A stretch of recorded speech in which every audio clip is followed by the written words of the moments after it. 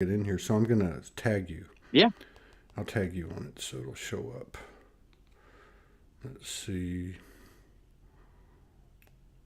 Oh man, it's been a while. It's been about a year since we talked, right? Has it been that long? I don't Really? I don't I don't know because I can't even tell you what day It's it been a is. few months for sure. Yeah, that's not. Let me see here. There it is. Okay. All right, you're tagged. Boom. Yeah. All right, you're starting to come in. Yeah.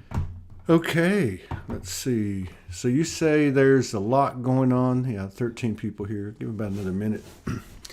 So yeah, there is a lot going on, man. This whatever this was, what I think for me, kind of started Thursday of last week. But I Okay. noticed Pat Donworth, who puts a post every day about the solar flares and CMEs and all that, Yeah. and then seeing other people too are actually talking about it. Once we got into the weekend, I think there were 17 one day, and there was seven another day, and I mean, it's just like 30 of them hit, between Thursday and uh, Sunday, or I don't know, but yeah, the reality of the energy coming from the sun seems to be something everybody's agreeing on now. Like it's whether you're in these circles or not. I even see it on the mainstream. They put it out, the solar Hmm. flares hitting the Earth head on, and you know. But yeah. So what are you saying? There's a lot going on, a lot of good things going on. What are you seeing out there? Uh, First and foremost, I really feel that every human being is existing for not only a reason, but for the same reason, and that's to process this thing called reality in a way that if we share what we understand based on our experiences, our perceptions, beliefs, and we do so from a place of honesty. And when we speak truthfully. I feel that this is really all that is required in order to expand the awareness of the entire universe. So my first book that I published is from a series called Sight Sound Spirit. It's called Why Are We Here on Earth? And it's available on my website. Um, my website is my name, michaelevrard.com. So I just invite everybody and anyone that's willing to just see my perception of these sorts of concepts and just see if what I am speaking about resonates with you. uh, that is really something that I'm just super passionate about. I'm always willing to share sort of my rediscoveries and connections, and I'm starting to see that everything that we think we're learning as far as it being new information is less surprising and more amazing, because when you accept the truth in things, regardless of the experience and how it feels, and that includes these very painful experiences that will occur, once you ascertain the value of all information as being potentially useful, you're going to be more open and receptive to simply learning more about our universe, our shared reality. And I think that's just really the gift and the blessing. And it helps me understand that this is the greatest moment in human history. We are Mm. experiencing this thing that we could call it the Great Awakening. Some people are using terms like Great Reset. I mean, all of these ideas are basically describing the same phenomenon that we're all feeling. We're all feeling all of these things. Would you agree, Todd? Absolutely. Absolutely. That's what I was saying earlier, that as time goes on, I say, I wonder what's happening to people.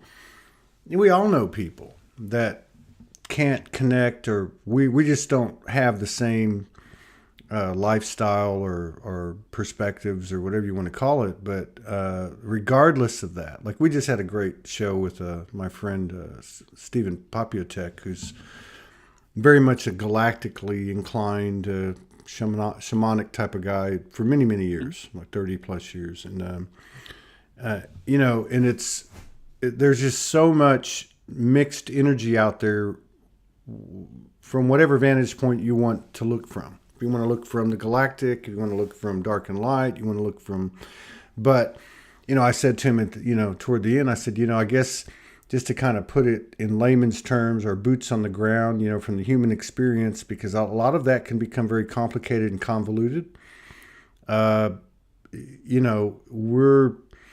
We're basically enhancing or diminishing energies, based on what we're carrying forward ourselves. And I'm a huge believer, and I've said it for 3,000 plus shows, to me, the highest and best opportunities for code, transmissions, downloads, channels, and so on, come from conversations like this, which is what you're saying. Let me share my experience with you. You share your experience with me. Let's open the field as much as we can, which means open our hearts and open our minds to the infinite expanse of the universe. And as we hear each other, I'm a firm believer, especially as time goes on, that there is a strong argument could be made that as we are exposed to things and hear things and presented with things, in many cases, we can actually simultaneously move into what we might call higher alignment.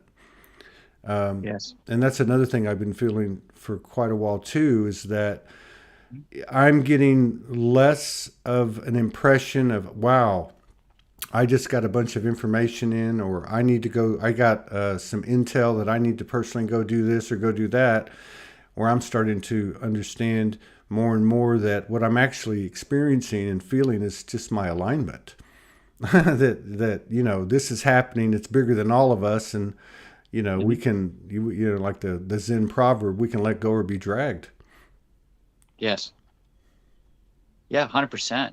I began doing more deep research into quantum mechanics starting in October, when I had an opportunity to visit my twin brother in Tennessee, and I hadn't seen him in many years. And it was just a great trip, and I was inspired. I am in the practice of writing on a daily basis, anywhere between 500 and 1,000 words. And I post these articles in my Facebook group that's just called Michael Evrard. And I encourage people to post their own writings as well, because part of how I learn about whatever topic is being discussed is I will ask questions, I will get the feedback, I will process that information from my unique point of view, and I'm really beginning to appreciate why we have 8 billion human beings currently existing on Earth as we speak. It comes down to really a more simplified understanding of what it means to be human. And if, for example, I had told myself that I'm not good enough at math, so why would I bother trying to understand quantum mechanics? Well, that would be placing a limit on the ability to access this information that a lot of us in these spiritual groups have come to understand as the Akashic records. Hmm. And from a quantum physics standpoint, there is a field of interaction that's considered the fifth. So we have these forces, gravity, electromagnetism, nuclear strong, nuclear weak. And then we have a fifth interactive field of information called the Higgs field that is really starting to just come full circle. So the whole idea of science versus spirituality is really going to only cause for more confusion. So all of these things, psychology, religion, philosophy, science, spirituality, all of these things are just schools of thinking that resonate with various people based upon their experiences, the societies that they grow up in, their culture, all of these things. So instead of like the idea of saying, oh, well, your beliefs are wrong. So Mm-hmm. that whole idea of being right and wrong is really more just more confusing because nobody is right or wrong. Right. I, I really, I just find it interesting that people still choose to try to prove themselves right and someone else as being wrong, or even the idea of truth and falsehood, or good and bad. You know, all of these oppositional dichotomies are really not as useful as things that are actually coexisting as a unified field. So becoming, being, cause and effect, you know, just good old yin and yang, Mm-hmm. consciousness and awareness. So really what I began doing, and it's going on 2 years. I had my revelation April 12th of 2020, where I just knew why I exist. And I decided to take on this role of philosopher and writer to simply express these downloads of information that have been just presented continuously for the past 2 years, and doing so from a standpoint of, look, I'm not here to tell people what to think, what to believe, or how I think they should feel about these experiences. It's more of an offering to remind people that we can tap into literally any information that we wish. And then when we do so, we're going to become self-empowered. And I aspire to inspire. And that's just sort of what I'm doing Yeah. the past 2 years. Yeah. Yeah. I think there's a lot to be said for that.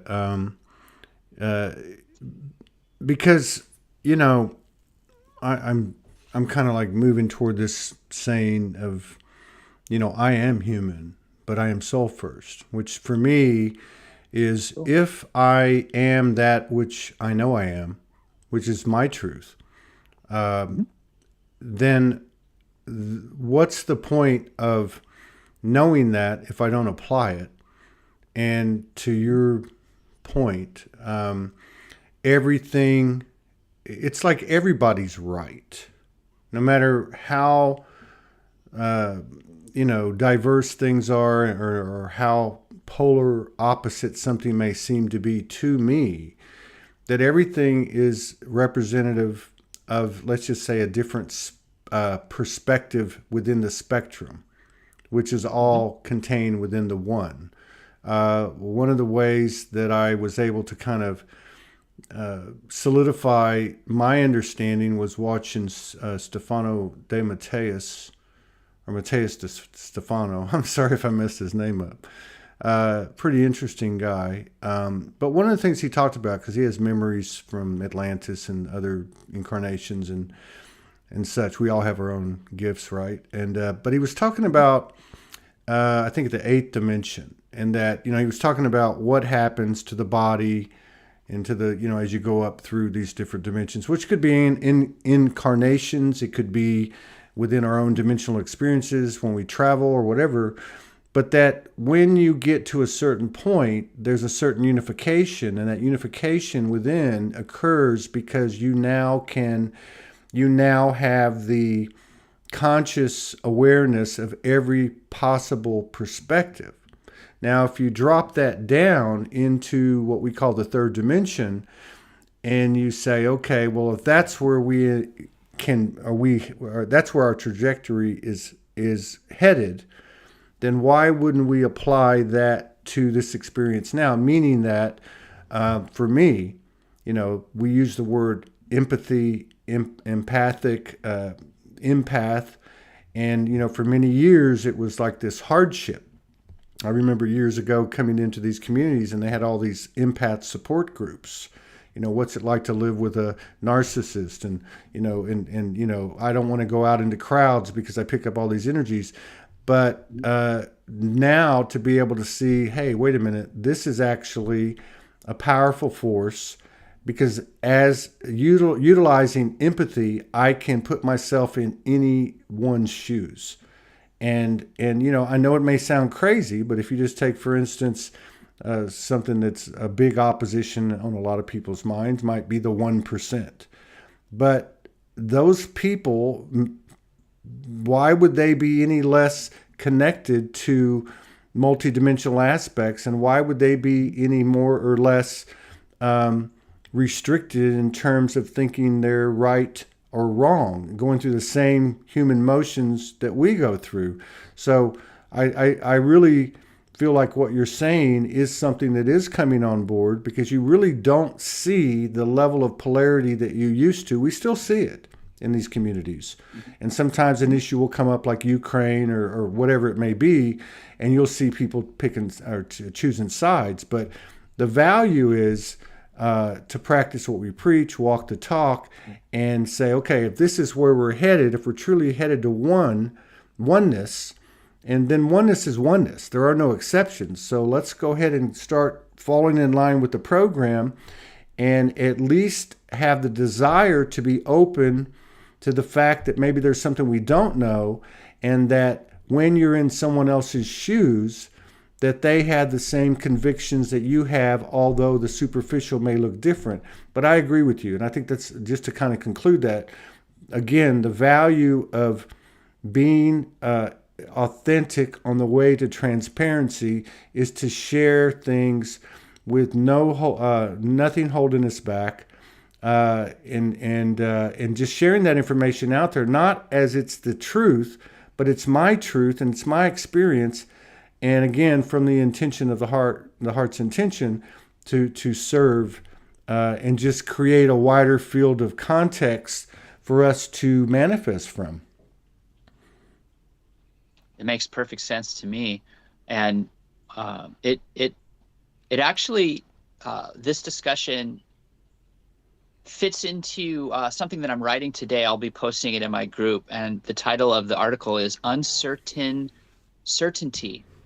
And really, instead of when you ascertain the value of an experience, when we talk about having an open mind, the way that I do that is I have become aware of a truth. And that truth is simply this: anything is possible. Now, does that mean I know everything all at once? Of course not. What it means is anything is possible.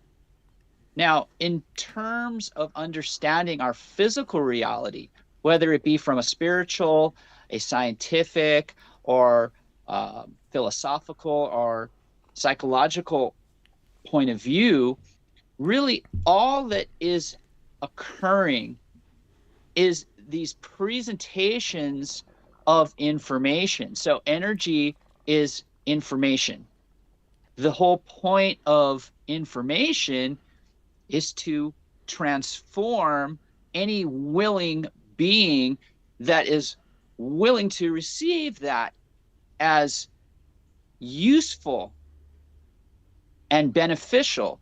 So because we have this thing called free will, we can determine, or I should say, dictate the flow of the information. And we do that by using something called resistance. Another word for resistance is fear. So even fear serves a function.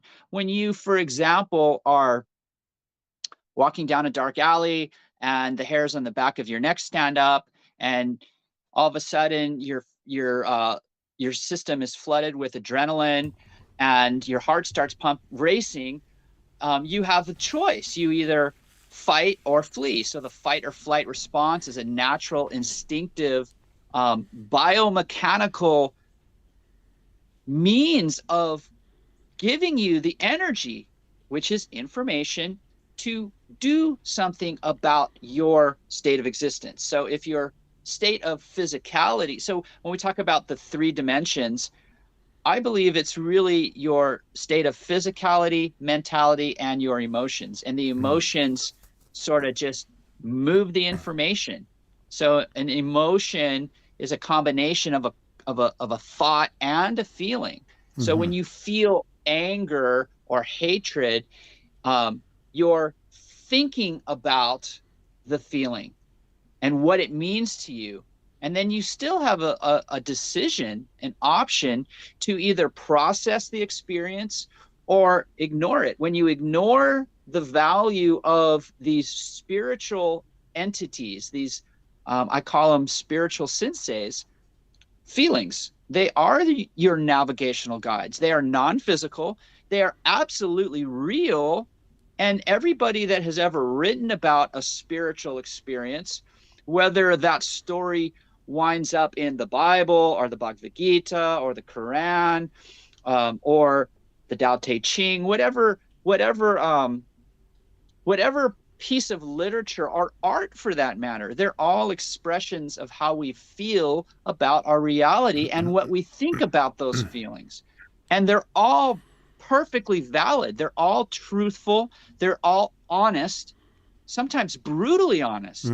So why is it that when, for example, we look at a piece of art, let's say a painting, and it makes us feel a certain way, and we interpret those feelings and we say, okay, I believe this is what the artist was trying to say or not say or otherwise, okay? Why is it that paintings and music are less apt to be misinterpreted as opposed to the written word? Well, the written word is simply more complex. So in order to ascertain the value of any experience, we have to simply reduce the complexity of the light, these light forms, these mathematical equations, into the more resonant type of information, which is feelings. Yeah. Yeah, I just went through this weekend, and a couple of things. One, when David Icke came on the first time last year, I asked him something. I can't remember the exact context or the question verbatim, but I made a comment or a question in regard to those things that he was exposing. And I guess I said it in a way where maybe it either I alluded or just, dark and light in those terms. And he said, now let me make something clear. I don't see things as dark and light. I don't see things as good and evil. It's just information, right? Awesome. And I thought, yeah, there you go. Okay, now this is somebody who's and so in his case, as you go into a stream of philosopher, as you described it, and this is why I do what I do. I do it to inspire. This is what he does. He does it his way. I do it my way. So I think there's, that's important because it doesn't carry a charge. Now, when I say that, I'm saying from a higher perspective. Now, in terms of what you're saying and what I was referring to that I went through this weekend, was very similar because I was on the first of the month, and I'm not going to go into the whole story because I mentioned it on the last show and I wrote a post about it. I was having this kind of a mantra or challenging proposition from my soul that just came in and said, "Let it go and see what happens." Well, what precipitated that was I had a bunch of noise in many different sensory aspects, right? That just started the day off. And the first thing I did, because a lot of it happened while I was still laying in bed, I got up and I immediately looked for my feelings and my emotions. And then I brought them in. I didn't resist. I just said, "Okay, what's going on? This is part of me. This is my GPS, right?" And so from there, I went, "Okay, I still feel the effects, although I feel much calmer, much more balanced." And then I just thought, I'm going to move. I'm going to just start moving and doing things, Mm-hmm. chopping wood, carry water. And as I did this throughout the day, as things from the past or even from the present noise, so to speak, would come into my field and start to, let's just say, dominate my consciousness, I would just hear, "Let it go and see what happens." Now, I had started having this accelerated experience of synchronicities. It ended up that night. I went to get something to eat in a very loud restaurant, and I had basically 90 minutes. I'm guessing 90 minutes of experience, and when I look at the clock, only 9 minutes had passed. So so I was like, "Okay, wait a second. What does this part mean?" And then the question came back, or the statement came back: "Let it go, and you see what happens. This is what happens." So it was the first time that I really experienced, let's just say the term breaking through the matrix, or experiencing on the other side of the veil, or being on the other side of the veil. Yeah. Which, what the most impressive thing to me, and this is somebody like many of us, I've had apparitions, I've had dimensional experiences, and whatever. Everybody's different, but Mhm. we have Right. one way or the other. This was such a human sensory enhancement of an experience. Every drop of soup I ate, every bit of the beverage I drank, everything was so weird. It was like the only thing I could really, Surreal. yeah, the only thing I could really compare it to would be plant medicine. But that wasn't even as impactful because this involved my taste and my touch, and where with Five plant senses. medicine it's more of a visual or in the mind, Right. so I'm thinking, wow, are we getting close here? Are we getting close to the point where does it really come down to what you're talking about, seeing things from a higher perspective, getting rid of the charge, tapping into our emotions and feelings as a constant communion, Mm-hmm. and then the universe giving us an experience, or are we creating an experience that's far beyond anything we could have ever imagined, almost like being in lucid dream state where you're conscious. 100%. And when you talk about letting go, that is another way of saying dropping the charge. You're becoming neutral. When you're in your 0 point energy, it's going to be that state of balance where the past and the future also become unified. And I came up with sort of I'll call it a thought experiment, and I'll just briefly run everyone through it. And it's going to show and verify the absolute value of positive and negative energy. So it's about certainty. So here goes. If you know that anything is possible, okay, that's going to be your starting point. That's your point of origin, if you will. Now, your alpha point is to resolve the equation, whatever issue, problem, paradox, puzzle, riddle, or otherwise. It's a matter of resolving. So you go into the situation or experience knowing that the answer is already there. So when we seek the truth, what we do is we find the function, the beauty, the purpose of the experience. Now, if you have yet to resolve the complexities of the information, just give yourself a fair chance. And when I say a fair chance, a 50-50 chance of successful resolution of the equation. So 50% is 1 divided by 2. Now, what do we do in order to reduce the complexity of 1 divided by 2? Well, we're going to take a look at our number 2.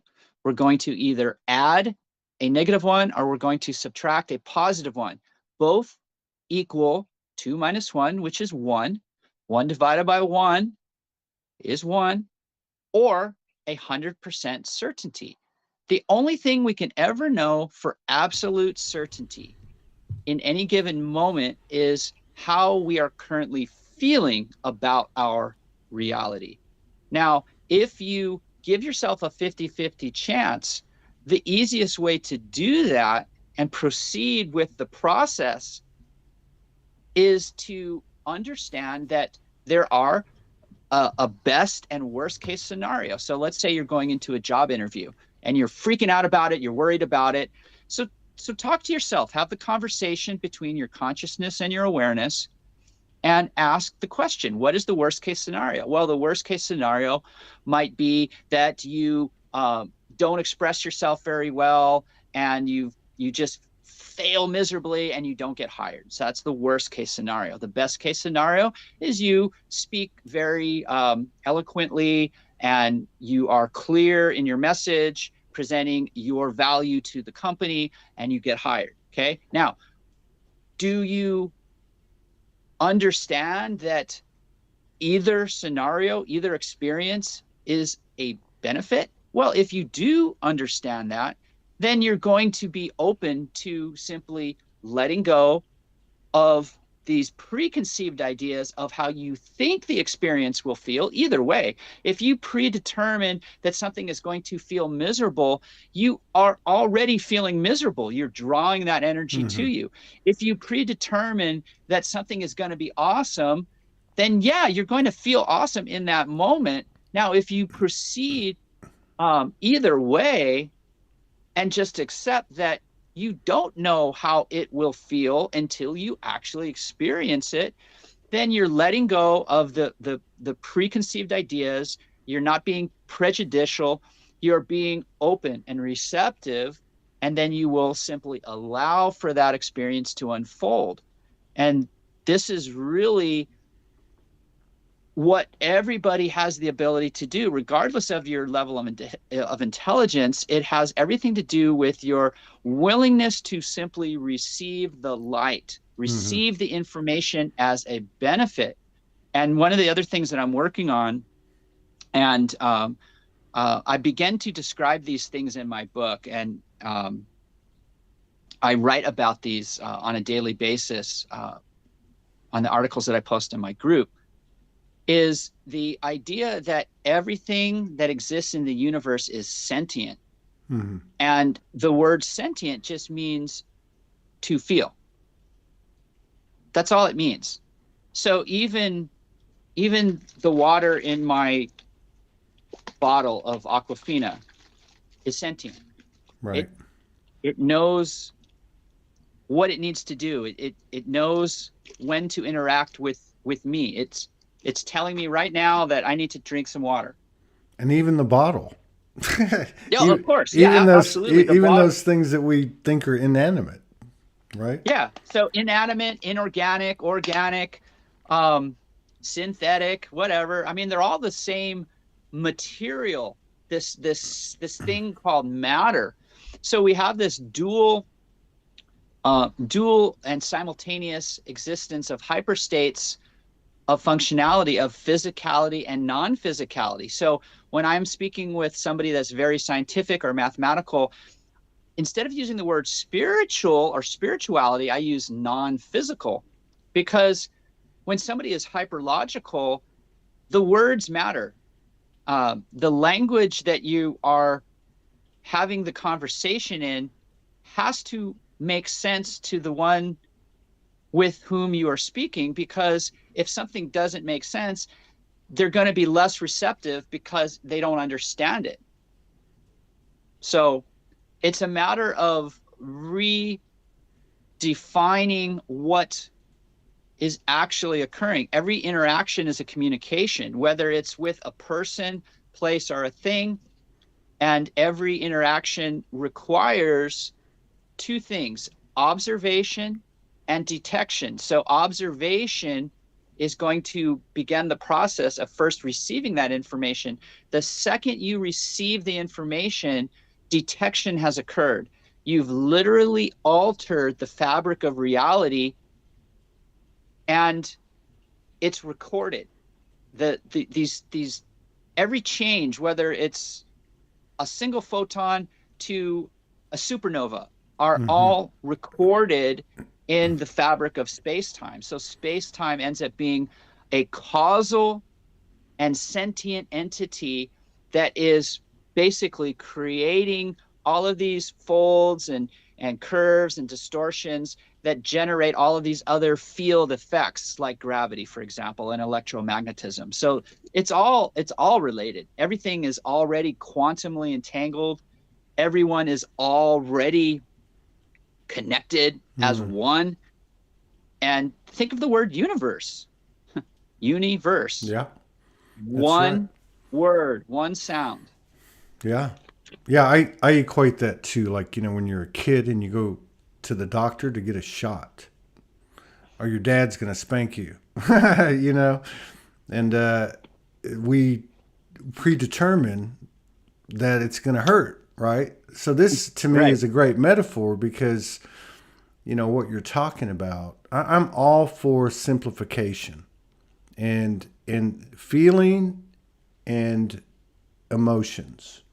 That's, I mean, what you're talking about is presence, like not saying, not prophesizing really what it's going to be. It doesn't even matter what word you use, because you're already in the future. It hasn't happened. Yeah. And obviously the same would apply for the past, but just being present so you can feel it all.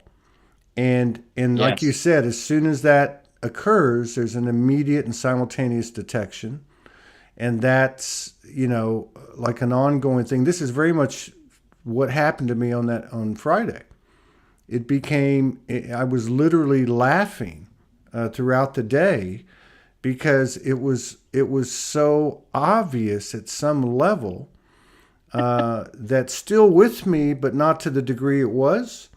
But I felt like I learned how to access it, which was simply, and I know it sounds cliche, but to let go and see what happens.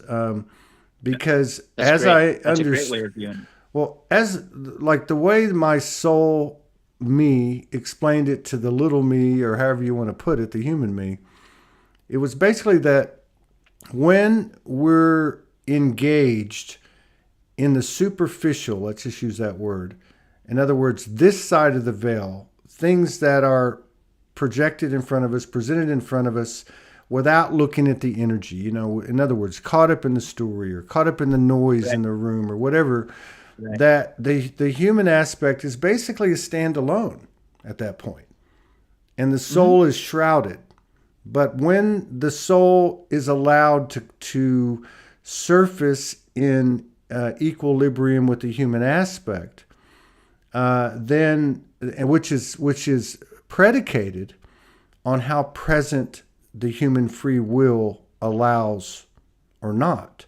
So if the human aspect of our multidimensional aspect, which seems to be on point in this incarnation, has the fortitude to fall into alignment with being present, then the soul becomes an operator in tandem. And the experience becomes, so many of us have had all this stuff go on out here. And it's cool and it's nice and it's a big boost to the ego, whether we want to admit it or not. But to actually have an experience Friday where the five senses were enhanced 100-fold, and not to mention the other things that were brought in, which again were enhancements, say for instance vision. I saw colors. You know, how do you see colors when you're taking a spoonful of gumbo and the gumbo itself is giving you these colors, right? I mean, so I walked by an old bank building 2 nights later in this little main street over here in the town I live in, and the bank building called me over. And I look through the window and I see all these waves, right? And Yes. so I'm going, okay, I don't understand this at the human standalone comprehensive level, but what I Right. can do is let it go. Just like Yeah. everything, I let it go. It's Let it been be. it's been like downloaded, if you want to use that term, and I can either stay in that moment and become attached, or I can just keep going, because this feels to me like we're a band of frequencies. And one of those and these frequencies that make up our vibration are not characteristic of the typical conventional definition. Let's just put it that way. Case in point would be spontaneity. I feel, at least, and this is my truth that I'm just sharing as we discussed, right? I'm not saying it's right for everybody, but what I'm saying is what I'm noticing is that the power of one of the frequencies in that band of frequencies that is my vibration is spontaneity. And when it Mm. flashes, and we've all had that, some great things can happen, right? But I'm Sure. understanding that this is something that's available and actually our natural nature in perpetuity. And so when Mhm. you do that, when we're able to sustain that, our whole experiences, my thought is, for me anyway, will be something along the lines of what happened to me Friday night, but always. So really Mhm. like a dream state in awake consciousness, Yeah. something like that. No, that makes perfect sense. And I love how you acknowledged the presence of your five basic senses. It's so important to and you also brought up a very, very important point in terms of the idea of attachment. Now, you appreciated the experience. I hear in your voice, I feel the energy. Um, Two things. First of all, your sheer wonderment and amazement at how powerful that experience is. Not only was it powerful, but it still is, because you're able to retell the story. Your stories that are real, whether it's a representation of a painful or pleasurable experience. It sounds like this was very pleasurable, it was very intense. Now, the intensity of these experiences, so um, going back to describing things from a standpoint of quantum mechanics, so the wave function basically serves to move the information from a point of transmission to a point of reception. So you were open and receptive to receiving these streams of consciousness from the building, from the soup, from the beverages that you were drinking, because they wanted to be known. They Mm. are sentient, and everything that the universe expresses is simply a representation. It's a way of saying, here I am. I'm here to appreciate. When we appreciate our experiences, we add value. And that involves the whole concept of what you're discussing in terms of letting go. If you predetermine that something is going to be too painful to endure, then you're going to ignore it. You're going to basically tell the universe, no, thank you.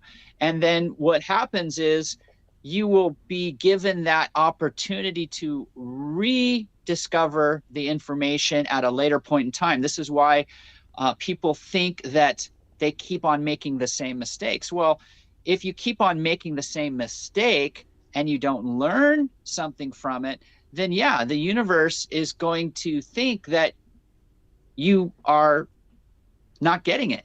And therefore you get these opportunities to continue with processing the information. I also believe that there are three non-physical senses of space, motion, and time, which is something that I've been thinking about for quite some time. And a lot of people talk about, like, say, the third eye or inner vision or the sixth sense, which I really, or intuition for that matter. All of these things are just sort of different ways of understanding how these three things, space, motion, and time, can be sensed.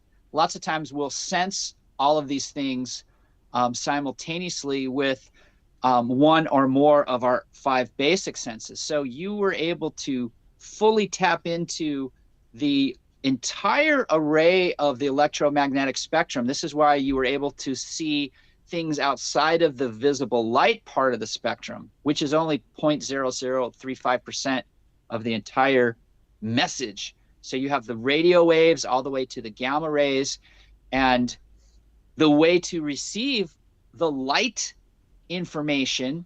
So light is the entire electromagnetic spectrum. It's not just the visible light. We do that by beginning with our five basic senses in order to receive that information for further processing. We're basically signal converters. We are the quantum computers that we are dreaming of creating. We are already there in the quantum realm. Right on. Yeah.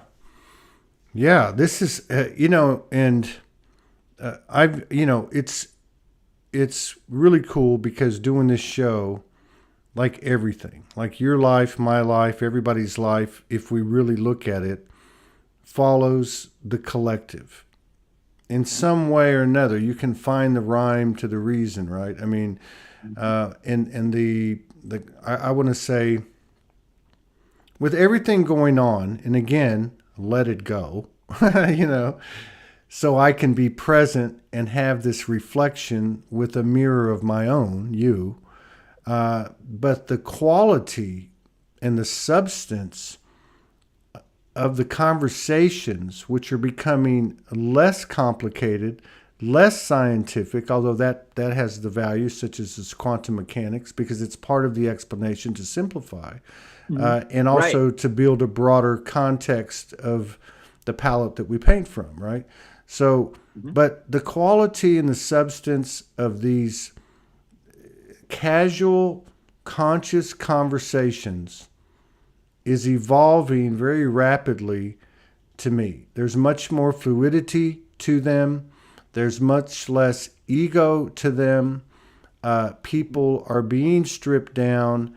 They're getting real, and it comes down to just some really basic things, and you really explained them for yourself, and I think really for other people, which is, this is what I've experienced. This is what I know in my own right. It's not about right or wrong. This is my experience. This is my piece of the universal puzzle.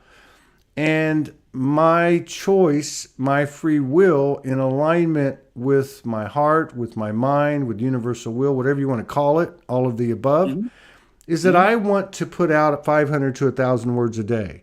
Or if it's me, I want to do 2 or 3 shows a day. Or whatever it is for somebody else. And it seems so simple. Like, oh, we're not going to be riding golden chariots, or we're not going to be taking off into space. I mean, but it's just to think, if you look at all the old sacred religions and oral histories and the symbology, you have the snake in the circle. And at the end of the day, we're chasing our tail. And then we're eating our tail, and we've reached that uni, right, that you're talking about. Yeah. To think that tail is the most human part of us, right? The part that we wanted to leave behind, the part of us that we thought we were small, the part of us that created all this pain and havoc, and but to actually come around full circle and see the value of being human. It just doesn't, it just defies everything we've ever been led to believe in terms of spirituality, religion, metaphysics. I mean, if you think about it, all of that stuff that we've chased, we came into this game with. We came into this game as our past lives and our future lives and everything else, right? What did we Mm-hmm. not come into this game with, this incarnation? Not even if we take into consideration past human life incarnations, because we came into this with those. The only Right. thing we didn't come into this arena with is what we have right now.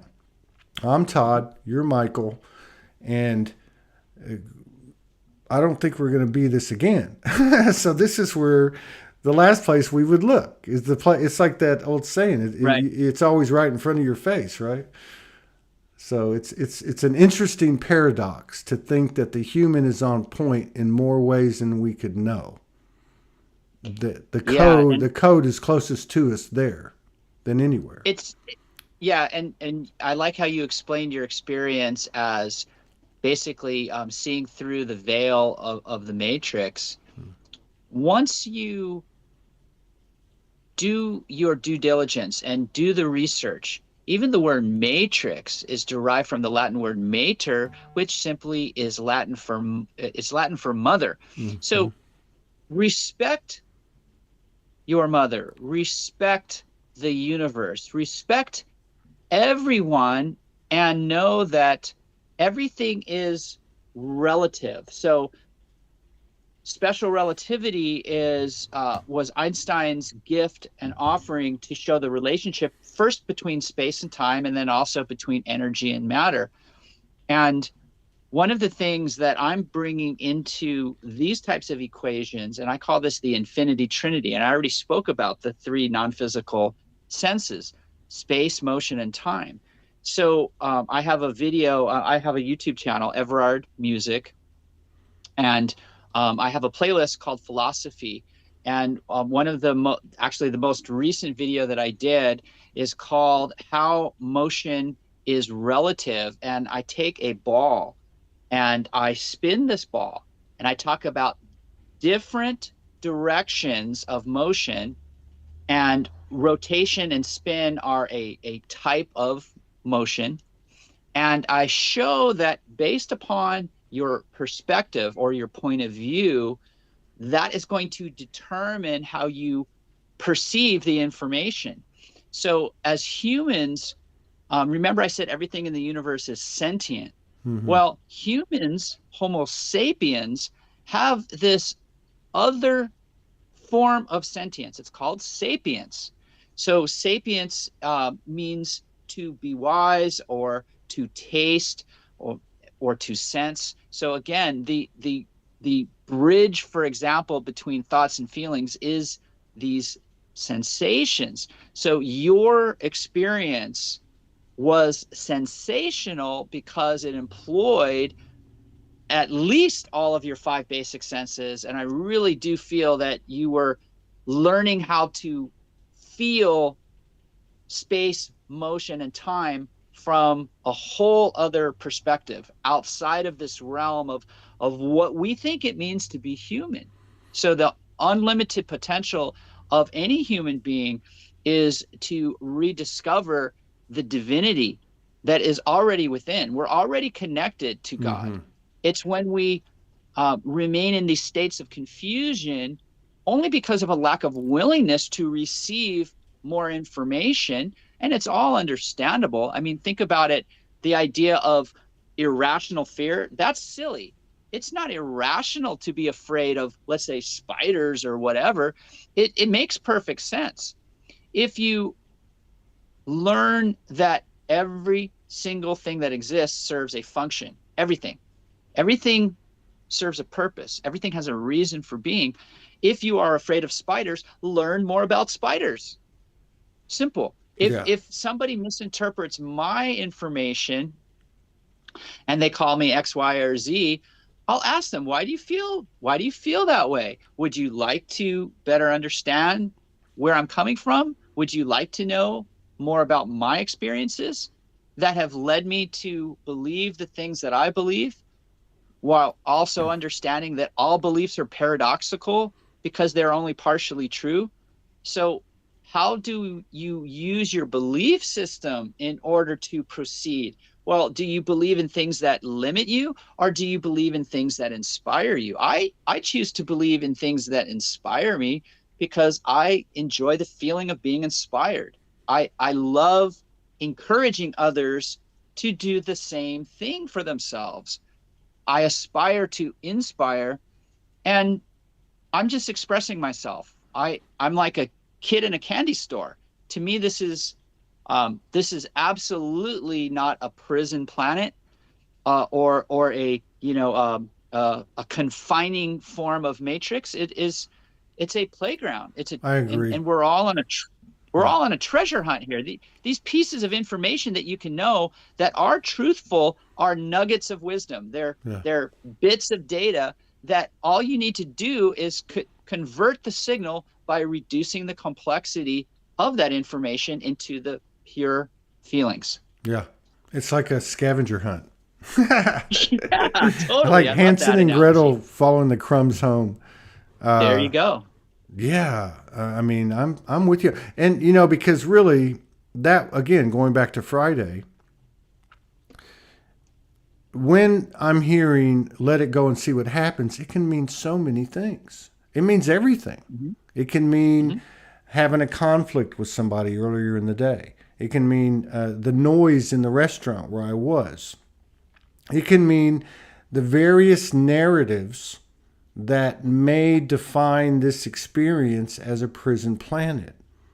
I'm just letting it go because as I let all those things go, I realize two things. One, I find that the term cord cutting is an oxymoron, okay?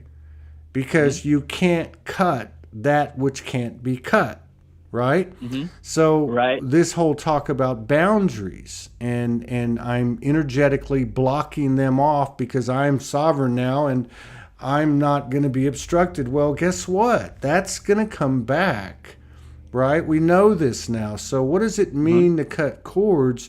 As I understood it better on Friday, and it's no, it wasn't a coincidence that Archangel Michael popped back into my field after a long time, just a couple days prior, which is about cutting cords, right? But it was cutting the cords of the illusion so that I could exist and experience what we might call the other side of the veil, or at least be by cutting the cords of judgment and prejudice and bias, if we want to put it in other terms, as you were describing it, which can be explained also as in what I think's going to happen. Okay, because now I'm creating something that's going to shroud or veil the reality that is actually my natural nature. So I cut these cords by saying I'm going to let it go. That doesn't mean it's gone, but what is gone is my perception that hasn't given life a chance to be experienced. I'm actually going, I am the lesser God, or I am the God here, and I'm going to predetermine everything. Well, I'm sorry, that's not going to hold water, and it's actually not going to be as an enhanced experience because I'm going to be constantly dealing with some type of duality based preconception, right? Mm-hmm. And so for me, it makes all the sense in the world, but I can't articulate it. I can only say that it was a gift, and I feel like as the individual goes, so goes the collective. So it must be something that's becoming more prevalent in our experience that we share together, which can be, accessed by an individual, and by that token, it's being introduced and expanded in our collective shared experience. Mm-hmm. Just the last one thing to conclude that, I remember waking up 11 years ago, reawakening, if you want to call it that. And I remember, like many of us, I was given a lot of information. And I said, what do I do with this? And they said, you'll figure it out, which a lot of people have heard that, in their own experience. But I was told, whatever you do, don't do anything that's been done before. And every day goes by, I understand more and more what that means, because we're not handed a script. We don't have an owner's manual. We don't have a template or a blueprint in terms and in the context of what I'm saying. Not that we didn't come from one or come from many, but we are creating the blueprint. We are creating the template. We are creating that, so you're writing your own story. Yeah. Yeah. And we're writing our own story, and we're doing it in real time. And yeah, we're going to sometimes go off script. We're going to improvise. We're going to take these little detours off the path of knowing the truth in order to experience these contrasts. It's not about committing sins.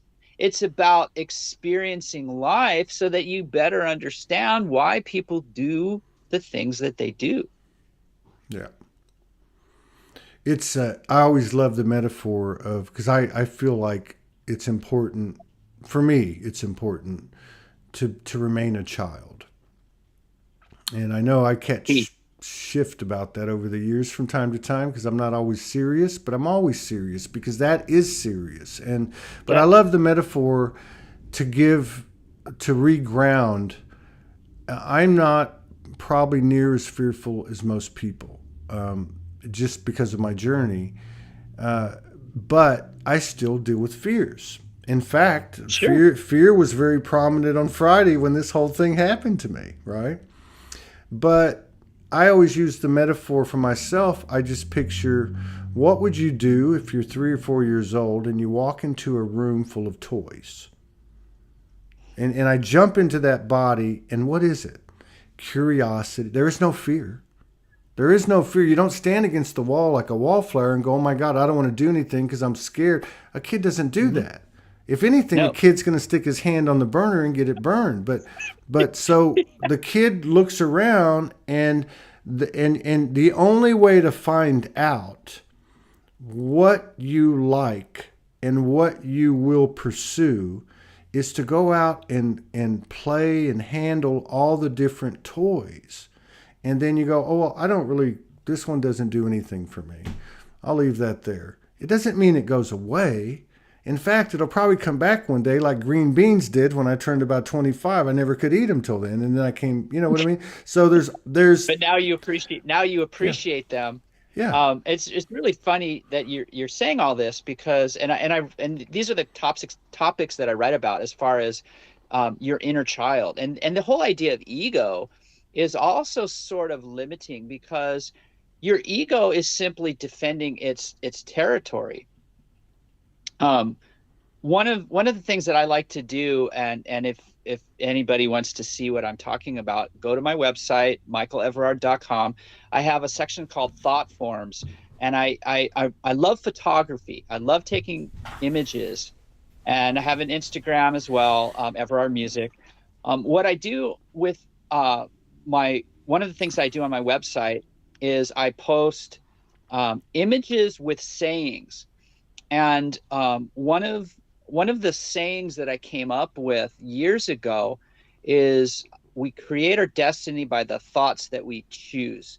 Now, the image that I used to convey that particular message was a picture of clouds taken from my window seat on the very airplane trip that I took back from seeing my brother in Tennessee. So there was a couple of stops, and the leg coming back to Hawaii, I saw just these cloud formations that were just like mind-boggling.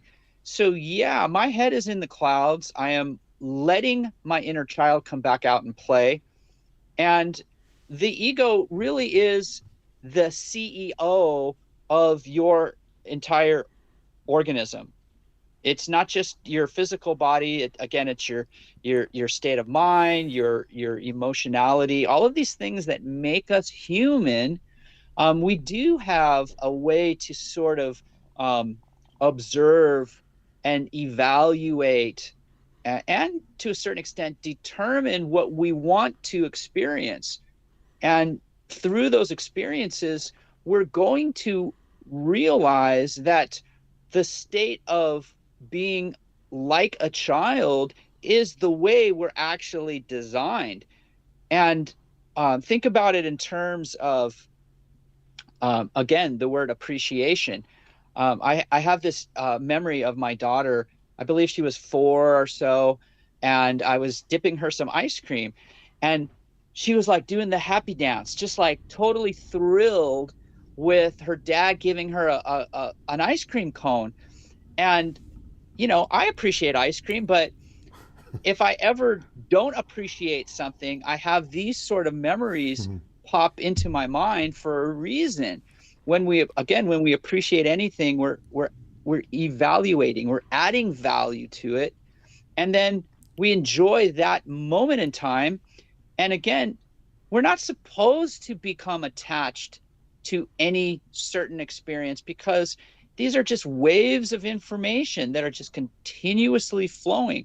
Right now, you're on the so you have the crest and the trough. So you're able to review the experience from your 0 point, and you're able to replay. And I think you articulated it extremely well. And it made perfect sense. I knew exactly what you were talking about, and I know that feeling. And yeah, I mean, we're going to have more of these experiences, these revelations where you re-feel the information from a standpoint of your inner child who just wants to come out and play. Mm. If your inner child has been damaged or traumatized, it's going to go into hiding. And then if it feels threatened, it's going to defend its position, which is your imagination. Your imagination is the playground of your mind. It's where you create the reality that you wish to experience. Yeah. Simple. Yeah. Yeah. You just said something. Yeah. The experience. Yeah. The revelations, the epiphanies, like we have evolved. I mean, there's no question if you go back to 2012 as a marker and Mm-hmm. just look at things, outside looking in, uh, Mm-hmm. from our own experience, micro, and then the overall macro. It, you know, we had to be taught things. It was just the way we were conditioned, and it looks like there's been a major spike in the evolution where it's become self-empowerment, where even teachers, practitioners are taking on a different kind of role and approach. But it's the experience that you hit it. It was the experience Friday that gave me the information. They're my Mm-hmm. words, although I heard some words, which was pretty simple. Let it go and see what happens, and a few giggles, but for the vast majority of the coding was simply sensory. It was feeling, and it was emotion. Mm-hmm. Both on the front end, that basically was the impetus for me to go into a space of recognizing and acknowledging and being my emotions that weren't so comfortable, to the end of the night when the emotions became giggles and laughs and sensuous sounds from the experience of eating Mm-hmm. gumbo. And then Yeah. the to look at the clock, and I mean, this is all written out. It was very obvious, 60, 90 minutes of activity encapsulated into 9 minutes. And then that was an epiphany. See, Mm-hmm. that was the laugh, and it was like, you see what can happen, Mm-hmm. because part of what was let go was time itself. It was, and when you mention motion, space, and time, all of those three elements were there. Every bit of Yeah. those things were there. Sure. Because, for instance, They were still, because they were still relevant to your yeah. experience. Well, what I mean is they took on a whole different kind of thing. Like at one point, Yeah. I had to get up and move and replace my stool. And this is a packed place, and there was no seats. Mine was Huh. having a mechanical failure, which was part of the whole download. And Right. actually went and got the stool without asking anybody in the service area that was unserviceable to cut. It was the work area. Right. No, I to this moment right now, I don't think anybody saw me. I don't think anybody saw me do it because I mean there was 5, 6 people. I was behind the You, bar, so there was the you motion. transverse. Yeah, Yeah. You actually experienced the truth of our existence. We are already interdimensional beings. yeah. So the two, and I call them hyperstates of existence, physicality and non-physicality. So we talk about the spirit realm or the astral plane or the this dimension or the other dimension. There's really only the one dimension of the zeroth. I Mm-hmm. call it the zeroth dimension, which is just God's imagination. So we're all being observant, and to be observant means you are a servant of God. When you're a servant of God, just by the simple fact that you exist, one of the things that I've come to understand is that no one is here against their will. That's right. And So 1 hour and 11 minutes, as you said that. So there's your clarification. I'm sorry. 111, It there's was there's it was your, actually 1 hour 11 minutes 33 seconds. So there's your clarification. ooh, I love that. Yeah, Those numbers are, yeah, those numbers mean a lot to me, actually. absolutely. Yeah.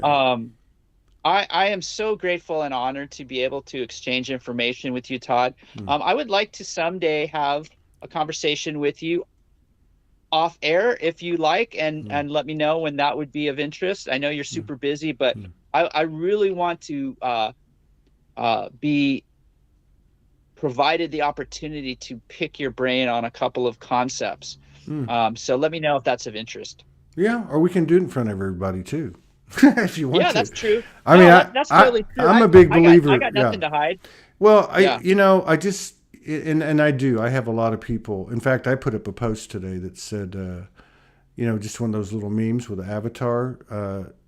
I said, what did I say? It was so in this momentous time of self-care, may we respect each other's silence and know it's nothing personal. I find that I spend a lot of time alone, but I also find that like right now, this isn't just me and you. Just like you said about the God's thought. This is a vortex of everyone that's live watching, of everyone that'll watch on the replay, whether it be an hour from now or a month from now. We're all here. Mm-hmm. So there's something about that. And I think also the spontaneity with a conversation, the courage to go ahead and say some things openly. I think there's a lot of power in that. I think Sure. so much of what I've experienced on this show with people like yourself, including right now with you during the last hour plus, is your words are significant and substantial, but it's the space in between that speaks. That's it. It's like you were talking about matrix, the etymology of matrix being mother. I was talking to my friend Ty Hudnall, who's a lot like you, by the way, in Sedona, and we were talking about the mother energy, and he said, well, there's 99.7% empty space in an atom. That's the mother. I'm like, there you Yeah. go. There you go. There you go. So The yeah, Omega. I mean, I'm always open to everything, but yeah, let me just give it some thought. And but yeah, I'm just as good to do it in I front of people. Yeah, no, I just realized, I mean, we could either do it again, on your platform. Whatever. I feel like the thing that you bring to the table is the ability to connect large numbers of people. So I do presentations on my Facebook group Monday through Friday Mm. at 10:01 Mm. a.m. Hawaii time. And I've done a few of these. Well, more than a few. I've done over 100 of them in the Wow. past couple of months.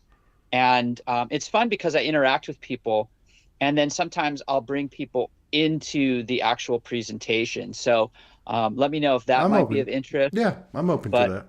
but Yeah. I would love to interview you, and I can't tell you how much I enjoy these types of conversations. I guess it's because not everyone wants to learn how to simplify reality by going this deep. So we've been simultaneously um, downloading and expressing this very, and I like that you use the word significant. I appreciate that level of acknowledgement. I know that this information is beneficial. How do I know that? Because of what I've experienced. I've experienced a very wide array of things. I have OCD, ADHD, depression. I'm a recovering addict. And I know what it feels like to be in misery and solitude and suffer. But I also know equally as well what it means to live in states of joy and bliss and family and unity and harmony and all of these other things. I think that's why being a musician um, resonated with me, has just been such a huge part of my life since the age of 10 when I started learning cello. And my first experience with a symphony orchestra at the age of, I want to say 7 or 8, was just like mind blowing. It's Wow. like this is what we get to experience. How are people not grateful for this experience? That's what boggles my mind. I understand it, and I'm part of what the reason why I do what I do is to simply remind people that they're allowed to enjoy life. We're Mm-hmm. allowed to appreciate these things. And when you appreciate something, you're going to feel peaceful and happy. When Mm-hmm. you're grateful, you're going to feel joy and bliss. And it's not going to happen all the time.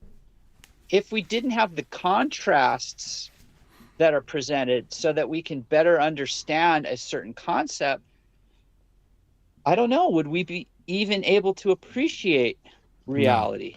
That's the value of this realm is the extremity of the polarities. You know, Joseph Campbell said, uh, what did he say? The I don't know, it's the purpose of life. This is it, right here. If he and Yeah, he says you're at this, living it. yeah, he says at the end of this interview with Bill Moyers, he says if you don't get it here, you won't get it anywhere. So it's just, you know, it's to me, it's just a colossal thought to think that it, because I remember the universe telling me, you know, 11 years ago, keep it simple. It's just simple, right? There is a perfect order to the universe, and we're all one unique and equal soul, which just means we're all a fractal that's an equal. And, but yeah, to think that what we've been chasing all along is simply life itself, and that life itself at its best is just, and I hate to use a word like just, but is simply to be present, right? The more present we can be, the more all of our attributes, and we might say multidimensionality, we might say a lot of things, skills, abilities, higher sensitivities, but the more present we are, the more alive we are. And yeah, I'm just elated that these types of conversations, although we don't, you know, we're on 6 different platforms, so you have to add all the numbers up to see how big the community is, or I would say the platform is.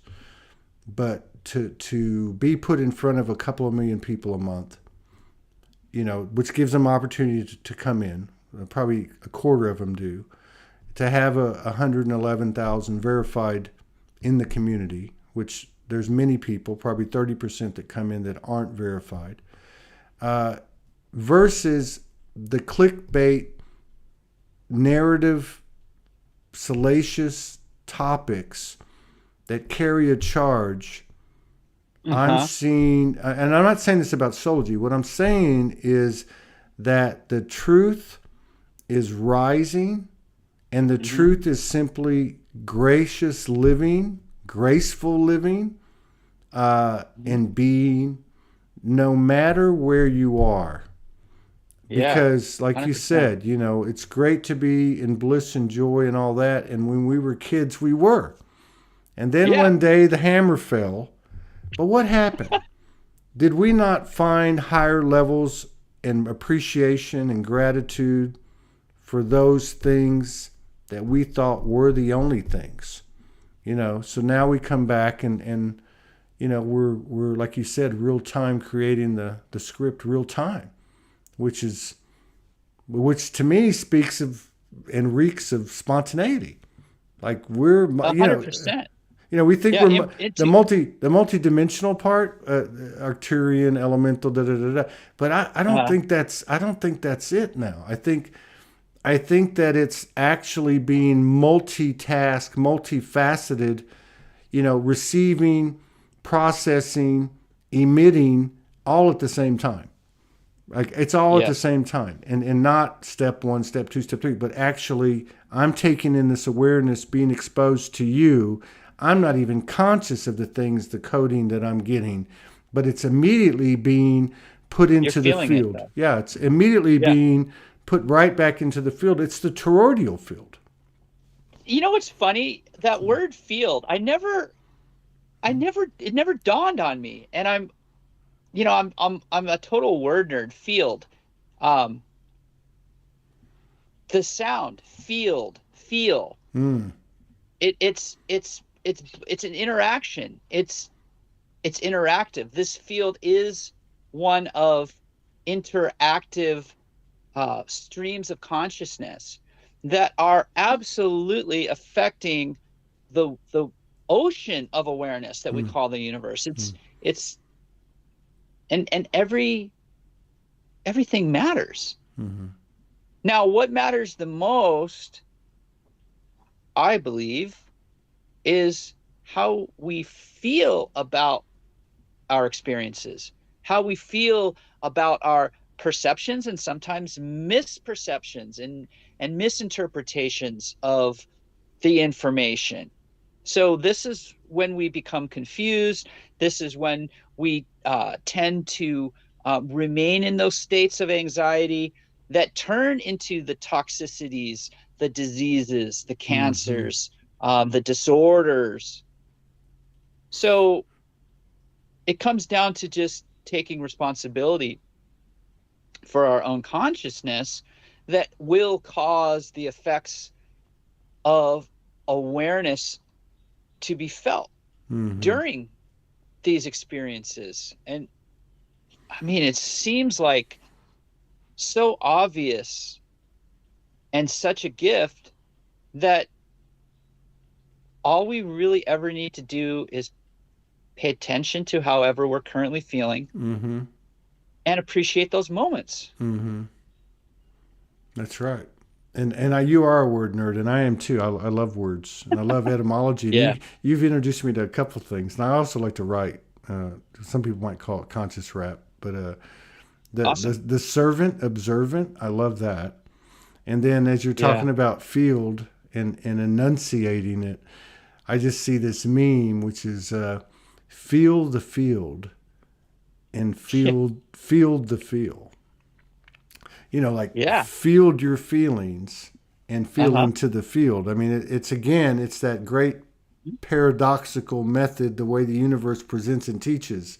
So you're both feeling the field, and you're fielding the feel, your own field. I know what you're right? talking. I And know it's exactly what you're talking and about. it's We're now one, mm, ONE and WON, and we are one now. yeah. Ah, did everybody get that? That's what do they call that? A pandromone? I know that's numbers, but now It's kind and of like a one, palindrome. one and now, right? Yeah. Very So cool. we are now one and we are one now, and each of those has a flip to it. Far out, dude. It's good seeing you. What island are you on? Are you on the Big Island? Oahu. Okay, Oahu. Yeah. Uh, yeah. I hope to get back over there for a visit at a minimum one day. But listen, I really appreciate it. Reach out to me. We'll talk more about what you brought up, and it's good Awesome. seeing you. We'll get together again in 2022, whether it's over there on your end or on my end or both. Okay. Yeah, Yeah. sounds good, brother. All right, Thank you so brother. much. I appreciate the time. All right, man. Ciao.